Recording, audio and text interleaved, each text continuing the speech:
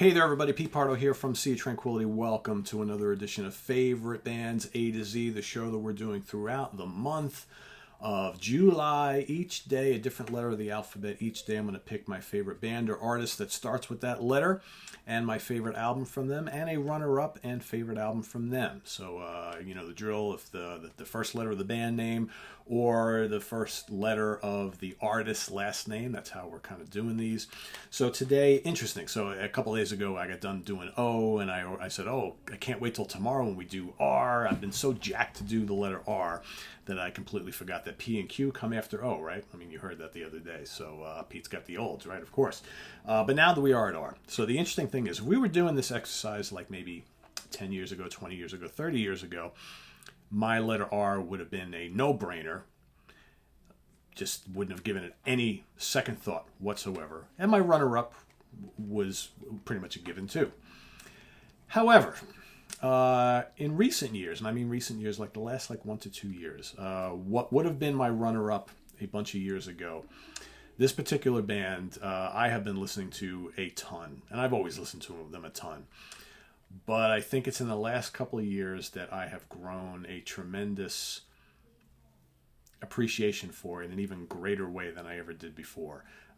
Their 70s and early 80s albums have always been really special to me, and I've always really liked, the latter part of the catalog. But I think, maybe back in the day, I didn't really have as much of a connection with their 80s albums, and their 90s albums I got back into. And I've really liked the 90s and the 2000s albums from this band, but I just don't think I connected with them as much as the early part of the catalog.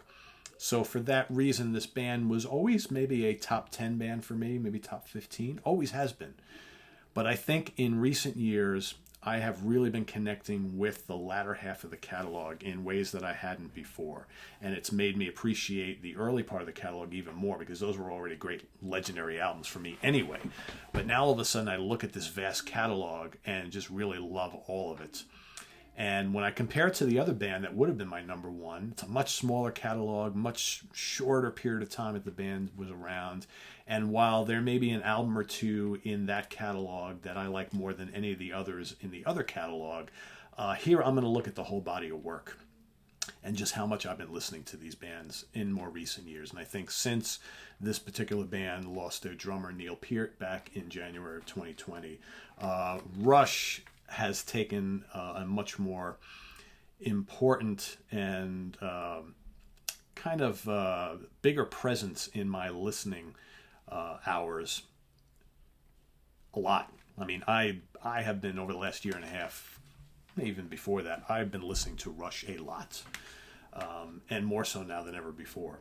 And I have grown a connection with like Clockwork Angels and Snakes and Arrows and Grace Under Pressure and Power Windows and Counterparts and Test for Echo and all these other albums, right?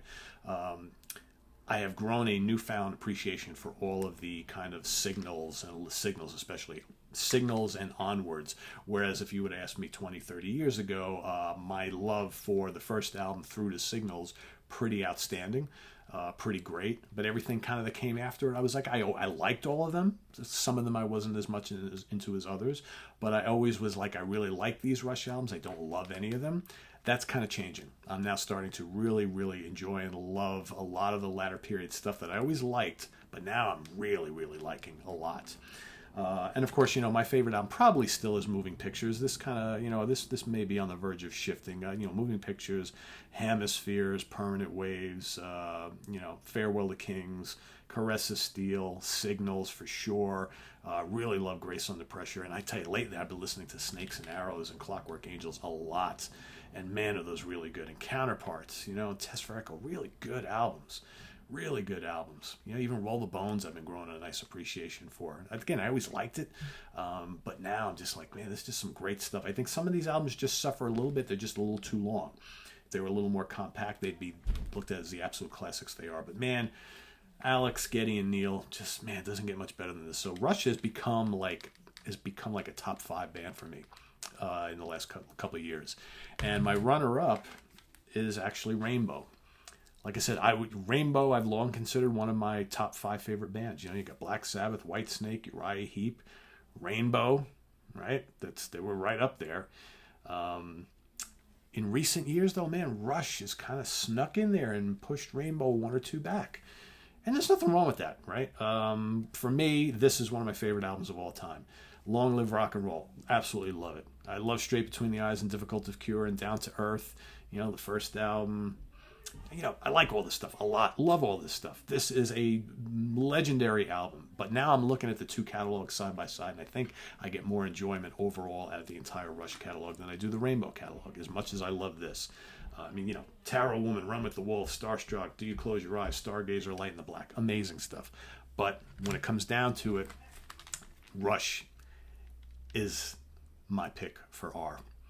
No disrespect to the Stones, Rolling Stones, the Raspberries, you know, all the other R bands. There's so many of them.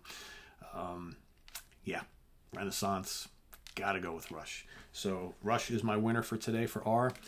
Rainbow is a close second.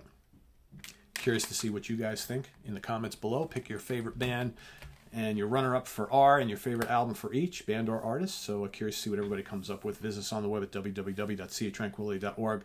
We're on Facebook, we're on Twitter, of course, we're here on YouTube all the damn time. Tomorrow it's S.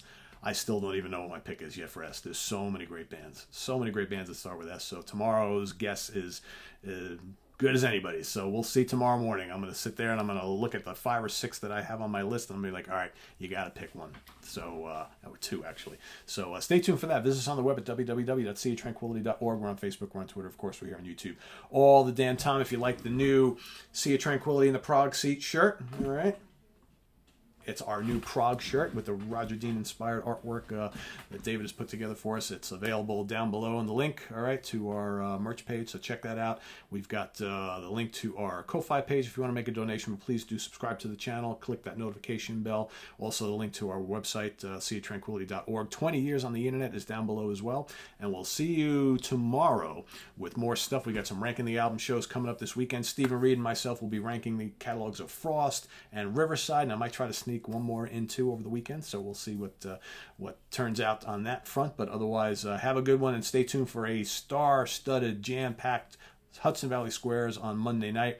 We got a good chunk of the full crew. I think we'll be there alongside Jim Bocci, Mike Portnoy, and Martin Popoff, where we will be talking about our favorite albums from 1977. You don't want to miss it, so stay tuned for Monday night for that. In the Prague Seat Tuesday. Wednesday is What's Hot with Sea of Tranquility, all new product release day. Thursday, the Monsters Den, and Friday we'll be back once again with Martin Popoff. Next week we are going to rank the catalog of King's X. So stay tuned for that and more. Thanks for watching. I am Pete Pardo. Have a good weekend, everybody. Bye-bye.